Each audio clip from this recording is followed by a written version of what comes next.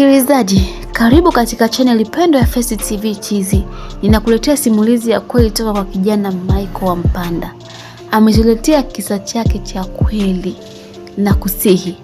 Fuatilia mwanzo mpaka mwisho, kinasikitisha sana kwa aliyofanyiwa. Fuatana na msimulizi wetu Rama Simbira. Mimi ni Zainab Ali aka Zeda Princess. Karibu. Kwa majina anaitwa Michael Malunga. Mimi ni mfanyabiashara wa mazao toka mjini Mpanda ambako ndiko nilikozaliwa. Baada ya kujichanganya vizuri nikachoka kuwa bachelor kwa sababu nilikuwa sijaoa. Hivyo nikaamua kuoa. Mke niliyemwoa nilikutana naye mjini Kahama. Kahama huwa anapeleka mazao kuuza, anatoa Mpanda nyumbani na peleka Kahama. Na huko Kahama kuna binamu yangu anaishi maeneo ya Majengo huko Kahama. Binamu yangu huyo ana nyumba yake nzuri, pia ana usafiri. Yaani ana gari ndogo ya kutembelea na nyumba zake ni 2. Yeye ni mfanyakazi wa mgodini katika mgodi ulioko Bari Bulyanhulu, maeneo ya Kakola. Ninapofika Kahama huwa ninafikia nyumbani kwake. Yeye hajaoa ila anaishi na mfanyakazi wa ndani tu. Na mara nyingi anakuwa kazini kwake katika mgodi wa Bulyanhulu uliopo Kakola nje ya Kahama. Huwa anakaa huko kwa mwezi mzima kisha anakuja likizo huko Kahama mjini. Na akija likizo anakaa wiki 2. Basi katika harakati zangu za biashara ndipo nikakutana na binti mmoja aitwaye Lilian. Huyu binti nilianza naye mahusiano. Ni binti mzuri, yani ana sura nzuri na pia ana shepu nzuri. Nilikutana na Lilian akiwa katika wakati mgumu sana. Lilian alikuwa na kesi mahakamani ya kujeruhi msichana mwenzake katika ugomvi. Hivyo kesi ilimkalia vibaya. Mimi nilipambana nikaimaliza ile kesi, kwani nilitumia shilingi 1.5 kuimaliza hiyo kesi. Baada ya kesi kuisha ndipo Lilian akawa radhi mimi nimuoe. Kutokana na uzuri aliyokuwa nao nikaona nimuoe tu. Nilienda hadi kwao Singida nikafanya taratibu zote. Hata binamu yangu alikuwa karibu yangu sana na alinisaidia hata kifedha ili nimuoe Lilian. Na binamu yangu alikuwa anamsifia sana na kuniambia nina bahati sana kupata mwanamke mzuri kama Lilian. Basi mipango ikakamilika, nikafunga ndoa na Lilian. Tena ilikuwa ni harusi kubwa na kwa kiasi kubwa binamu alisimamia, kwani hata kamati ya harusi alitafuta yeye. Na ilikuwa ni kamati nzuri kwani iliandaa harusi kubwa sana. Baada ya harusi binamu alinipa nyumba yake aliyojenga maeneo ya Mbulu iliyopo hapo Kahama ili niishi na mke wangu. Ingawa mimi nilitaka nikakae naye Mpanda nyumbani kwetu. Nilikubali kukaa Kahama katika katika yake. Basi nikawa nafuata mzigo Mpanda kisha naleta Kahama nyumbani kwangu. Mpanda nilikuwa natumia kama wiki moja nzima kukusanya mzigo ndipo nauleta Kahama. Lilian nilikuwa namwacha peke yake Kahama. Siku moja niliporudi Kahama tokea Mpanda nikakuta mke wangu ana simu ya bei mbaya. Ilikuwa ni iPhone ya bei kubwa. Nikamuuliza ameitoa wapi, akaniambia amepewa zawadi na shemeji yake, yani binamu yangu. Eti amemnunulia simu. Eti amemnunulia hiyo simu. Sikuwa na wasiwasi kwani niliona ni zawadi imetoka kwa shemeji yake, ingawa nilijiuliza moyoni, mbona ya bei mbaya hivyo? Wakati tukiendelea kuongea, mara simu ya Lilian ikaita. Aliyepiga alikuwa ni binamu. Lilian alimpokea, wakasalimiana, kisha Lilian akamwambia mimi nipo. Ndipo binamu yangu akaomba anisalimie. Tukaongea kidogo pale kisha akakata simu. Mara mke wangu akanipa taarifa, akaniambia kwamba mume wangu, leo kuna msanii mkubwa anakuja Kahama. Shem, yani binamu yako aliniahidi kunipeleka usiku usiku kwa kuwa umekuja vizuri tukaenda, au unasemaje? Alisema huku ananitazama usoni.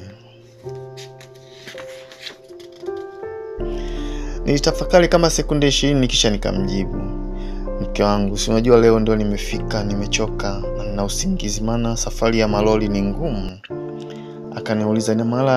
Akaniuliza ina maana nisiende kumuona Mario ninavyompenda nyimbo zake hivyo? Nikamjibu kwamba kwa kuwa ulipanga kwenda na shemeji yako, nyie mtaenda.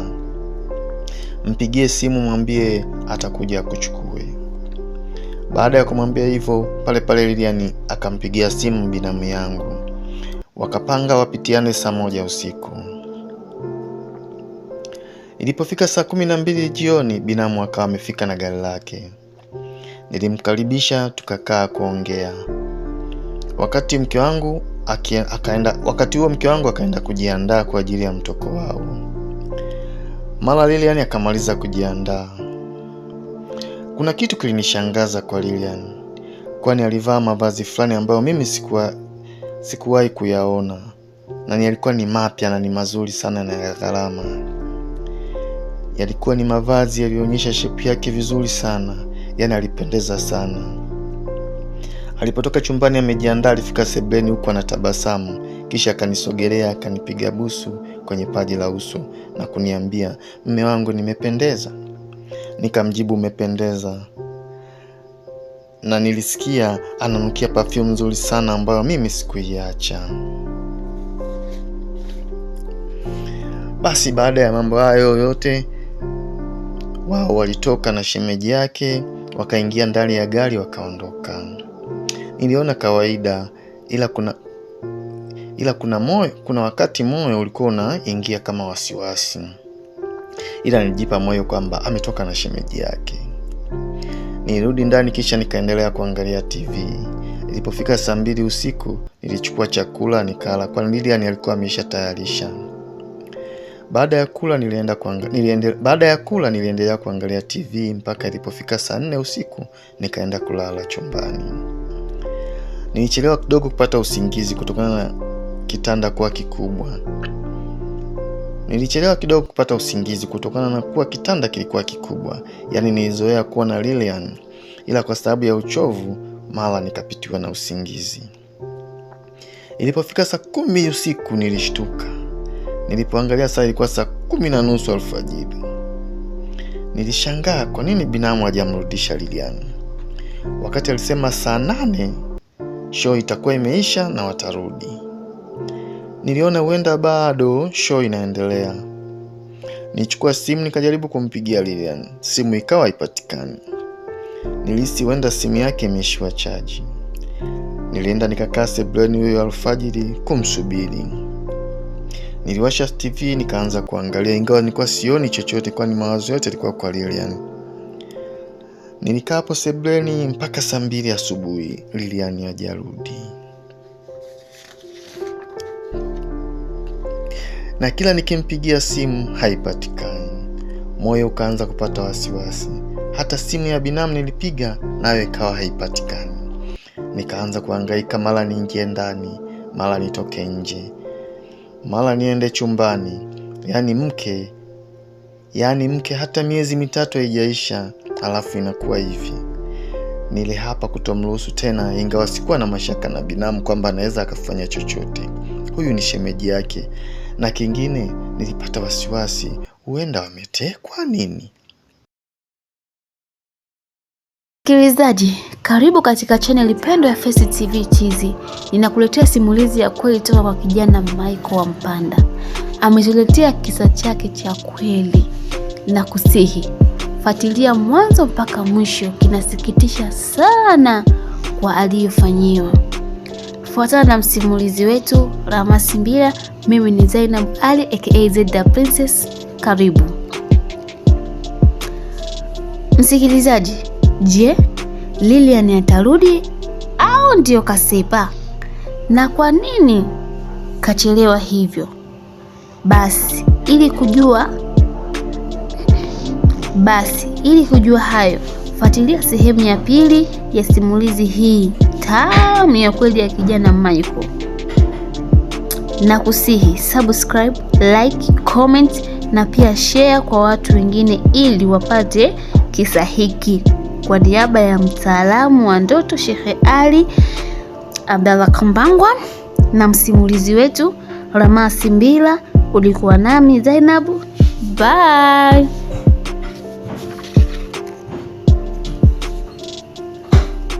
Msikilizaji,